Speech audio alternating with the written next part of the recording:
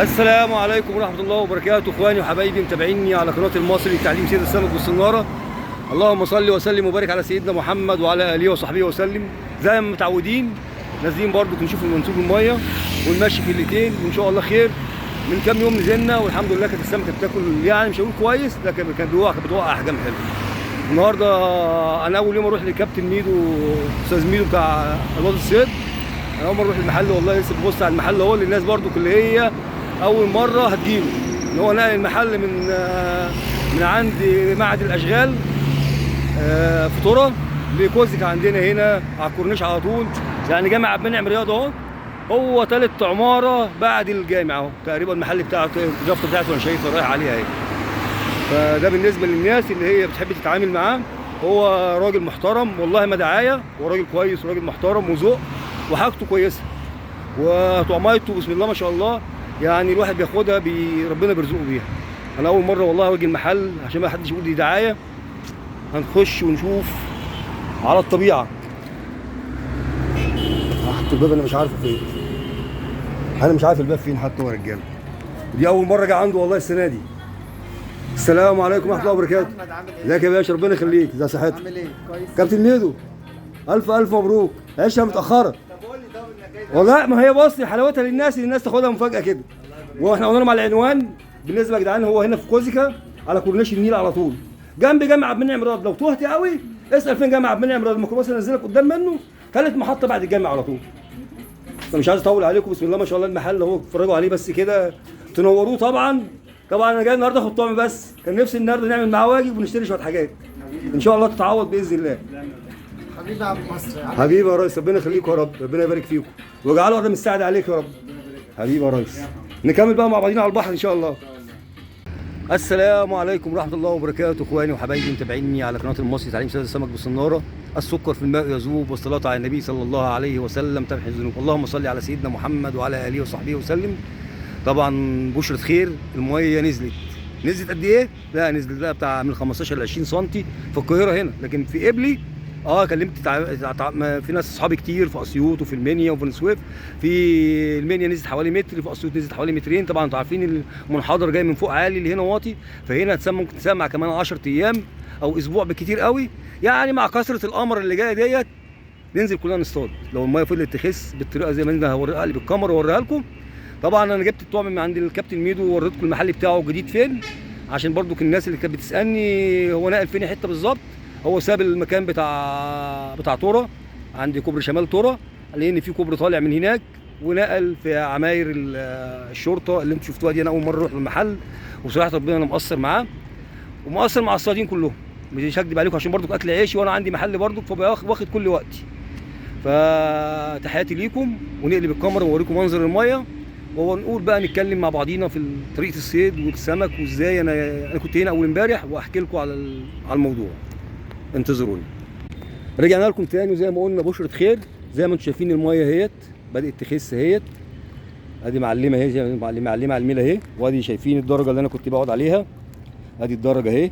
كانت كل دي ميه كنت انا ببقى قاعد فوق هنا كده، لا دلوقتي ما هنزل اقعد درجه اهي. كانت كل الميه دي كانت راكبه الميه لحد كل الوقت ده كانت راكبه الميه.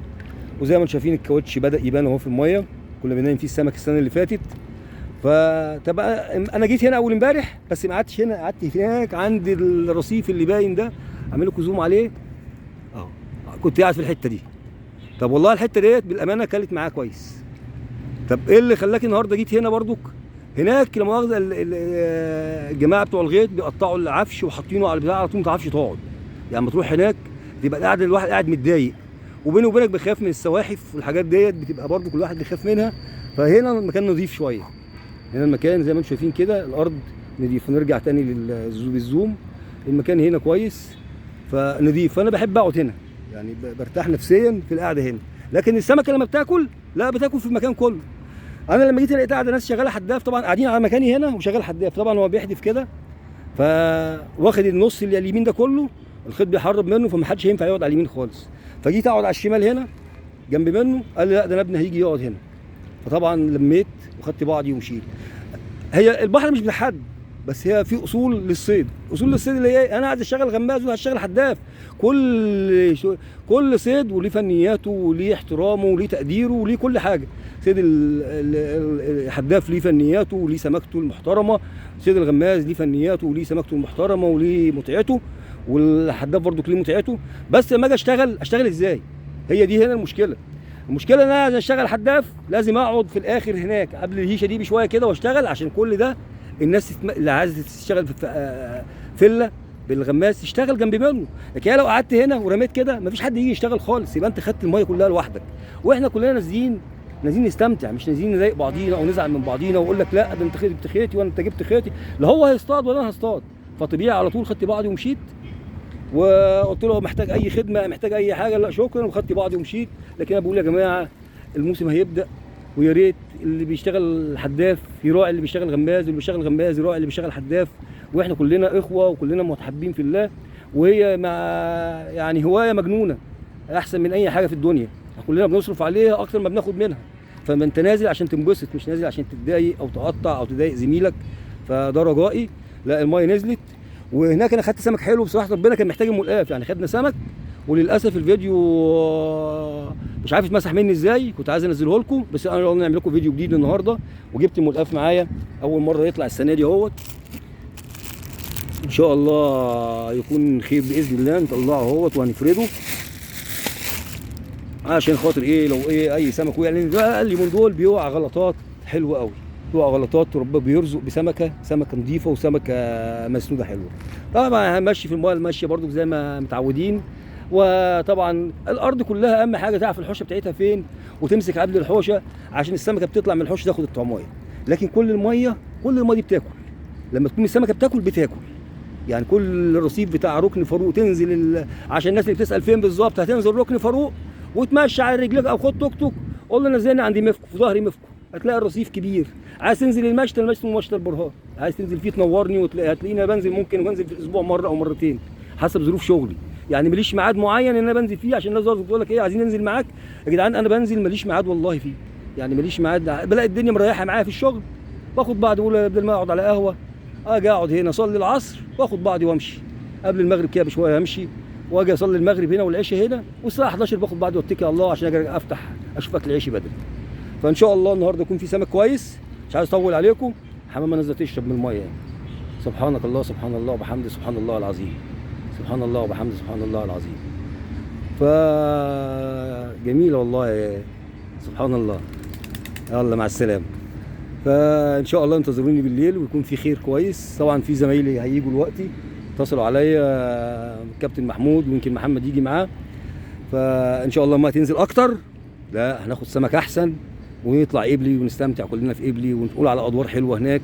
ويا رب ان شاء الله تكون كله انبسط السنه دي، وربنا يجعله موسم خير عليكم وعلى كل الاخوه الصيادين. السلام عليكم ورحمه الله وبركاته.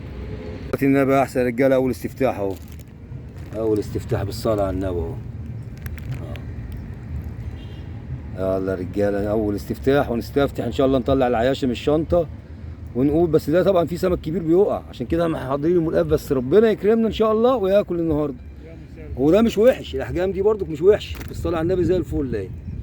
نطلع عيشتنا وان شاء الله ربنا يجعلها سهره سعيده يا رب. بس ما كمان تخس شويه هتبقى زي الفل. طبعا تحياتنا لكابتن ميدو عشان هو قال لي نديله تحيه وبقول له يا رب الف الف الف مبروك على المحل الجديد، وان شاء الله ربنا يجعله يا رب فتحه خير عليك يا رب. تحياتنا لاخويا ميدو وعمرو الباشا ورماني، الناس اللي قابلتها هناك تحياتي ليهم جميعا. ولمحمود الحداد طبعا اللي قاعد منورني، قاعد جنبي منورني حبيبي يا حوده.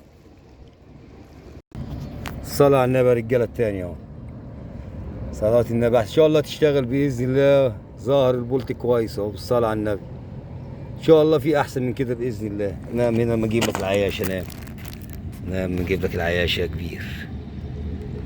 ان شاء الله سهره بسم الله ما شاء الله زي الفل. يلا نجيب العياشه. ها تعالي يا عياشه، ادي واحد اهو وادي التاني اهو، ان شاء الله باذن الله تبقى زي الفل باذن الله. ونتكل على الله.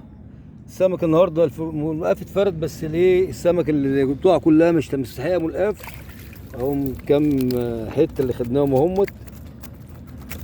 فالميه ان شاء الله الاسبوع الجاي هتبقى زي الفل، يعني الاسبوع الجاي هتبقى 10 على 10 ان شاء الله. لا بدايه كويسه، لا السمكه موجوده، بس طبعا برضو القمره مقصره جامد قوي. هنقول القمره مقصره ليه؟ مش النشاطه البساريه جامد قوي، البساريه الصغيره ديت بتاكل الطعم والحجاري والسمك الزرقاء، لا نشطه قوي مع القنون كمان الرفيع.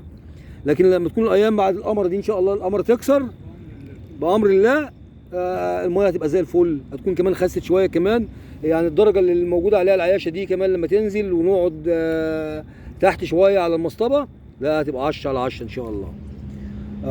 ده كان تقريرنا النهارده. السمكه بالامانه كنا بنمشي جوه، يعني غريبه النهارده كمان الجديد اللي الواحد بيستغرب له، السمك الميه دي بتاكل على 4 متر 5 متر في الغطس. النهارده ما مسكش الفله خالص في الغطس، لا ماسكه النهارده على نص متر، مطول على نص متر وعامل رمال طويل، هو اللي كان عليه السمكه ووقعت عليه كام سمكه دولت، وواحده بس اللي راحت للامانه، لكن هي السمكه هم الثلاث حتت وحته اللي راحت. وحجاري بقى كتير برميه، وقنون صغير برضو بنرميه، لكن ميه عامه لا بتلاغي وبتسلي. نص طن طعم منزل السله هتنبسط وتغير جو وتتهوى شويه. ده كل تقريرنا النهارده علينا. نطلع بقى السمكتين يصفوا اهم، السمكتين اهم يصفوا بقى على من نحوشهم سمكتين في سمكتين في سمكتين نعمل اكل. نعمل ايه بس، ما بحبش اكل السمك بتاع بره خالص. يلا السلام عليكم ورحمه الله وبركاته. يطلع مالح يا عم، ادي يا عم الحجاري، الجماعه الحجاري اللي بياكلوا ده كتير في الميه، هو ده اللي مغلبنا، هو ده اللي بياكل الطعم. ان شاء الله من الميه تنزل. ميدو على الطعم ده يا بودي. طبعا بنشكر ميدو على الطعم، طعميه 10 على 10. على محمود بيقول لي نشكر ميدو، لا بنشكره على الطعميه 10 على 10 بصحه ربنا النهارده زي الفل. والطعم نزل شويه يا رجاله.